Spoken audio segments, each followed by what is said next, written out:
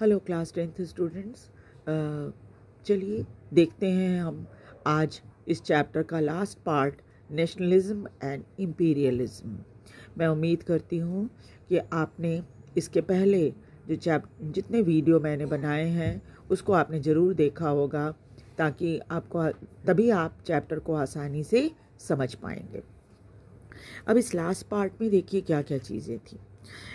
Last part जो है वो नेशनलिज्म एंड इम्पीरियलिज्म है।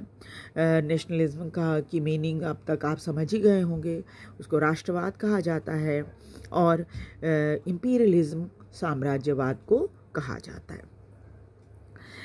साम्राज्यवाद का अर्थ है पॉलिटिकली किसी एरिया पर अधिकार कर लेना और वहाँ रहने वाले लोगों के अधिकारों को छीन लेना, ये कहा जाता है साम्राज्यवाद।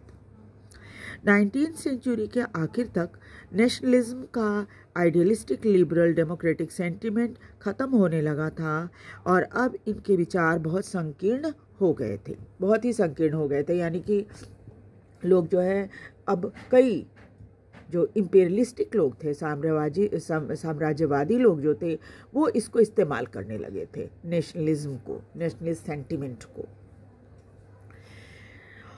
उद्देश्य भी सीमित हो गया था इनका, और इस समय नेशनलिस्ट ग्रुप बहुत बेचैन हो गए थे और एक दूसरे को देखकर बर्दाश्त नहीं कर सकते थे, और यहाँ तक कि लड़ने मरने और युद्ध करने के लिए भी तैयार रहते थे।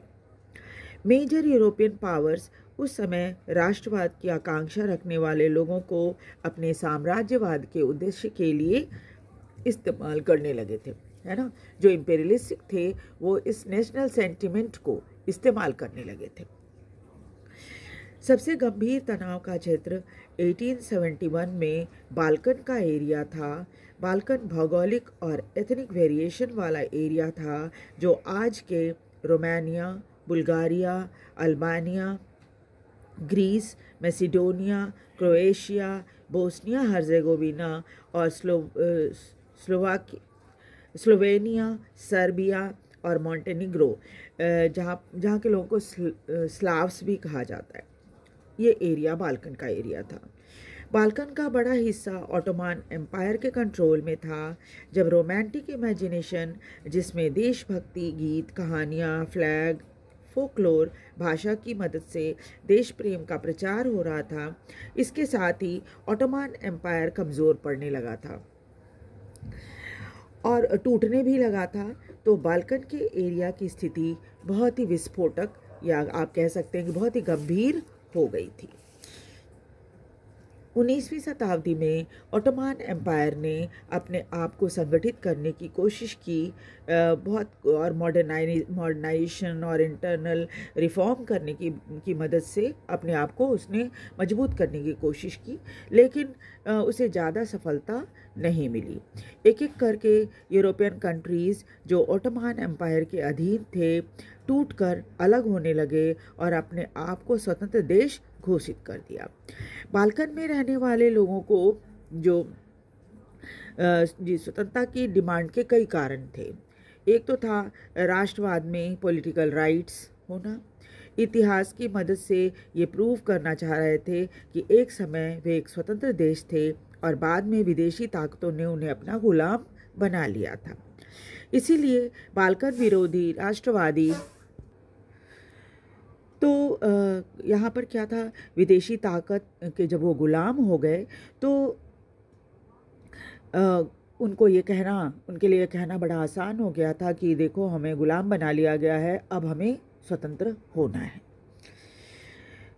इसलिए बाल्कन विद्रोही राष्ट्रवादियों ने इस मौके का फ़ायदा उठाने की कोशिश की कि ऑटोमान एम्पायर तो कमज़ोर हो रहा है, तो हम इनसे अपने इंडिपेंडेंस के लिए लड़ सकते हैं, और इस बात का प्रयास करने लगे कि उनकी खोई स्वतंत्रता वापस मिल जाए। जब अलग अलग स्लाविक राष्ट्रवादियों ने अपनी आइडेंटिटी को और अपनी इंडिपेंडेंस को डिफाइन करने की कोशिश की, तो ये एरिया एक तेज झगड़े की वजह या जगह बन गई। बाल्कन के स्टेट्स एक दूसरे से जलते थे बहुत, और एक दूसरे की ज़मीन को हड़पने का प्रयास करते रहते थे। इस समय यह मैटर और भी गंभीर हो गया था जब इनके झगड़े के बीच सुपर पावर्स यानी अमेरिका, यूएसएसआर आ गया था। यूरोपियन पावर यहाँ व्यापार के लिए और इन्हें कॉलोनी बनाने के लिए अपनी नेवी, मिलिट्री पावर दिखाने की जगह बनाने की कोशिश करने लगे। वो यानी कि एक तरह से उन्होंने इस एरिया को वैसा बना दिया था।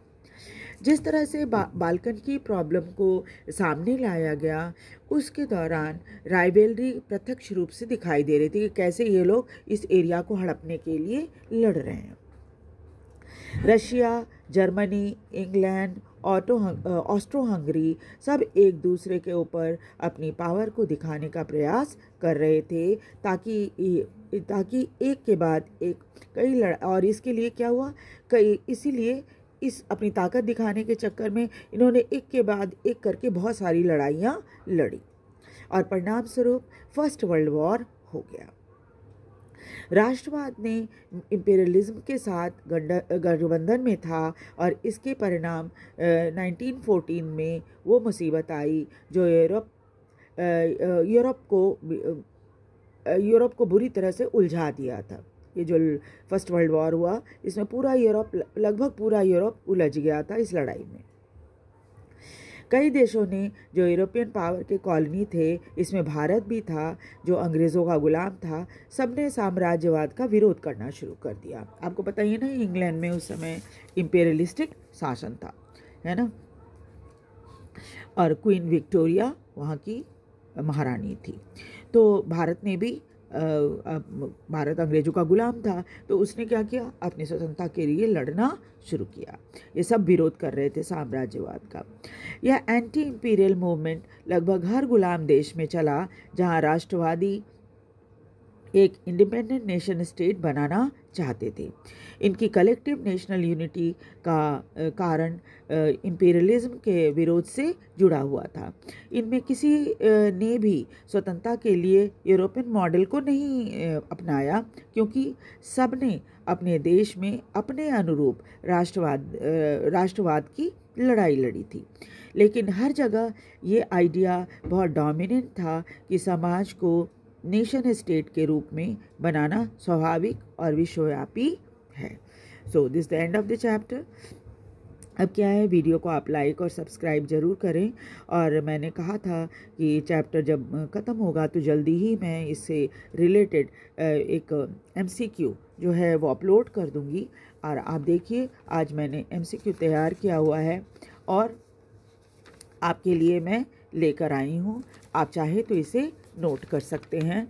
और इसके आंसर मैंने कल भी आपको बताया था कि मैं ऑप्शन नहीं दूंगी, सिर्फ सीधे सीधे इसके जो ये हैं आंसर जो है क्वेश्चन है और आंसर साथ साथ दे दूंगी।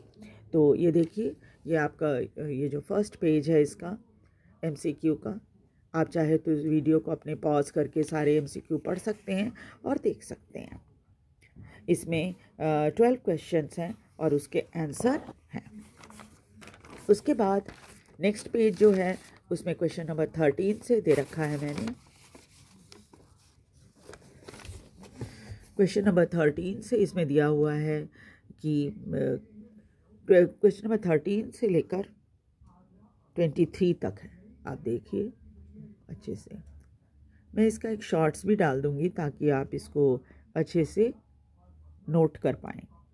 ठीक है, वैसे तो आपको इस वीडियो में आना पड़ेगा क्योंकि शॉर्ट्स में तो सारे क्वेश्चन नहीं आएंगे, और अगर कोई कन्फ्यूजन या प्रॉब्लम होगी तो आप मुझे बता सकते हैं।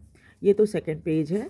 अब देखिए ये थर्ड पेज है। 24 से लेकर थर्ड पेज में 24 से लेकर 30 तक क्वेश्चन, टोटल 30 क्वेश्चन मैंने बनाए हैं। आप चाहिए तो उसको नोट डाउन कर सकते हैं।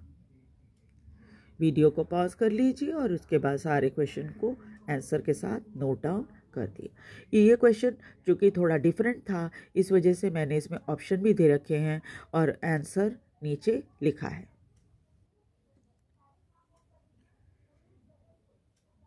ठीक है,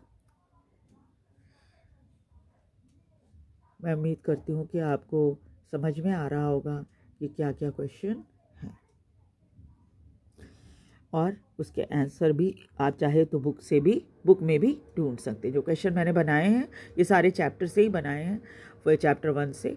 तो आप चाहे तो चैप्टर 1 में दोबारा से आप ये सारे आंसर वेरीफाई कर सकते हैं। ठीक है, ओके, थैंक यू। और नेक्स्ट क्लास में मैं नेक्स्ट चैप्टर जो है नेशनलिज्म इन इंडिया, इसको स्टार्ट करूँगी। Thank you very much.